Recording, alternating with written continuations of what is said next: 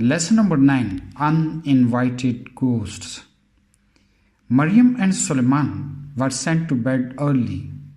On the day the Malik family moved into the new house. It had been a tiring and hectic day.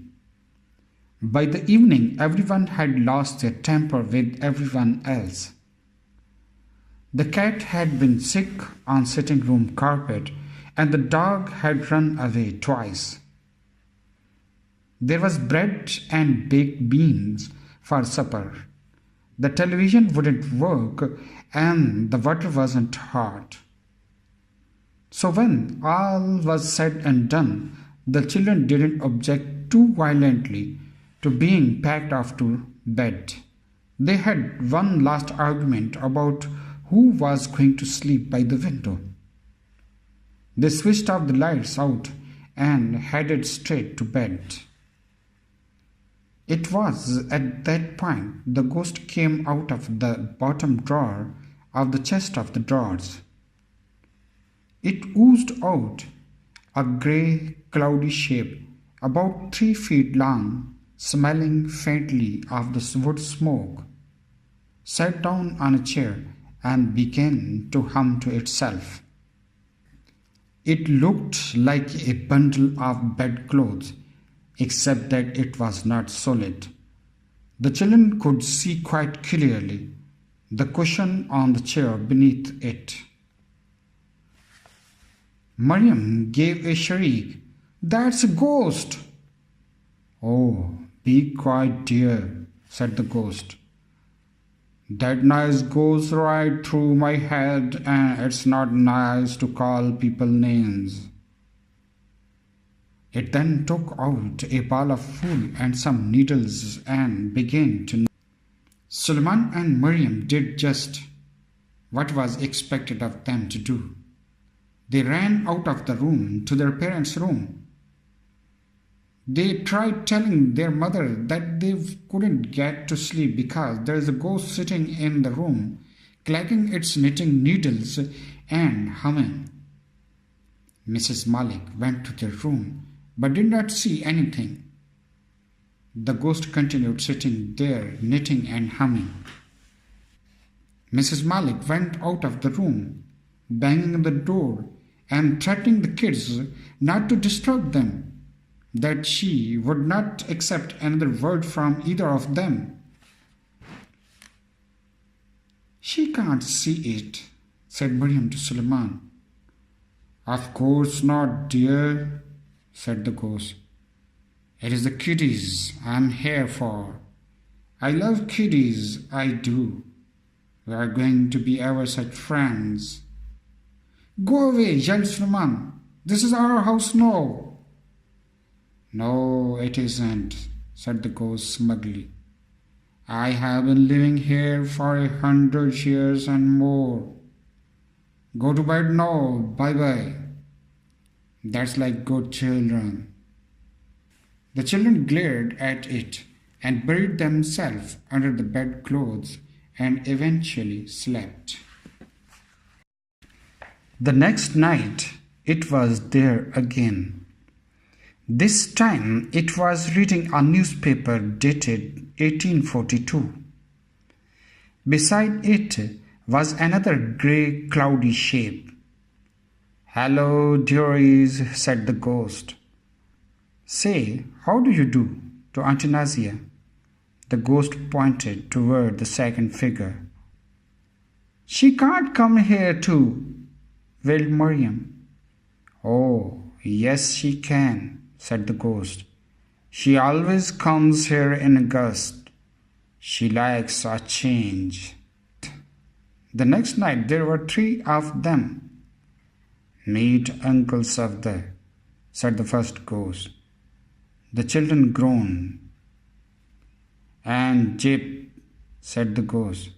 "Here, Jip, good dog, come and say hello to kiddies." A large grey dog that you could see straight through come out from under the bed, wagging its tail. The cat, who had been curled up beside Mariam's feet, gave a howl and shot on top of the wardrobe, where it sat spitting. The dog lay down in the middle of the rug. Uncle Sufder was unbearable.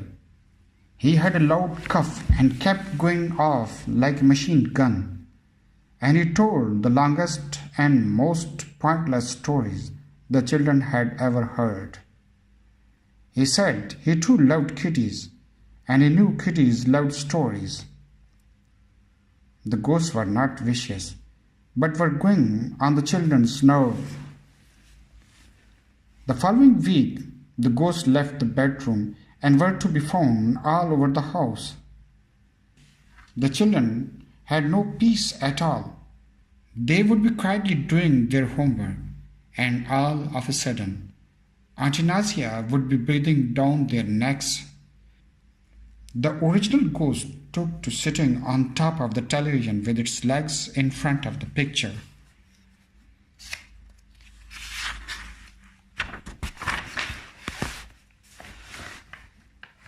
Uncle Sufder told his stories all through the best programs, and the dog lay permanently at the top of the stairs. The cat, by this time, had become quite hysterical, refused to eat, and went to lie on the top of kitchen shelf. Something had to be done. Mariam and Suleiman also were beginning to show the effects. The mother decided they looked peaky and bought sticky brown vitamin medicine from the druggist to strengthen them. "We have got to get them go and live somewhere else," said Mariam. "But where?" That was the problem, and how. It was then that they had a bright idea. On Sunday, the Maliks were all going to see their uncle, who was rather rich and lived alone in a big house with thick carpets everywhere and empty rooms and the biggest color television you ever saw. They suggested to the ghost that they might like a drive in the country. The ghost at first said that they were quite comfortable where they were. But then Aunt Nazi remembered that she liked looking at the pretty flowers and the trees, and finally they agreed to give it a try. They sat in a row on the back of the car. When they got to Uncle Imran, the ghost came in and had a look around. They liked expansive carpets and the enormous television. They slid in and out of the wardrobes and walked through the doors and the walls and sent Uncle Imran's budgies into a decline from which they never recovered. "Nice place," they said. "Nice and comfy." "Why not stay here?" said Suleiman in an off-handed tone. "Couldn't do that," said the ghost firmly. "No kiddies. It is a dull and boring place. We like a place with a bit of life to it." Suleiman and Mariam were in despair. The ruder they were to the ghost, the more the ghost liked it. "Cheeky," they said kindly. "What a cheeky little pair of kitties. There now, come and give Uncle a kiss," said Uncle Safdar. After a few days, and then it happened that Mrs. Malik made a friend across the road. Mrs. Umar had twin babies, and one day she brought the babies along for tea. The babies were shouting and crying all along. In the middle of this, the ghosts appeared.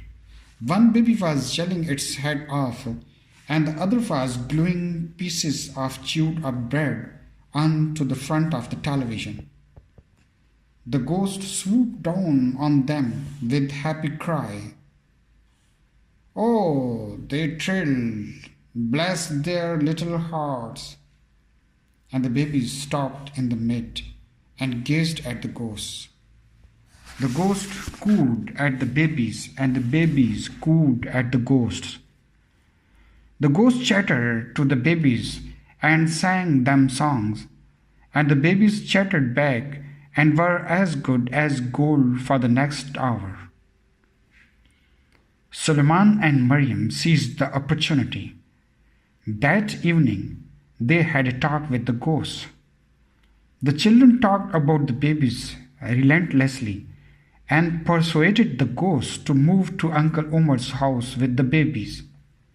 The ghosts agreed as they loved the twins. The next day, they were led down the road by the children, followed by the ghost dog, and into the Omar's house. The children gave a loud scream of joy when they saw the ghost, and just then Mariam woke up. She looked around in surprise and realized that she was sleeping in her new bedroom, and it was just a ghost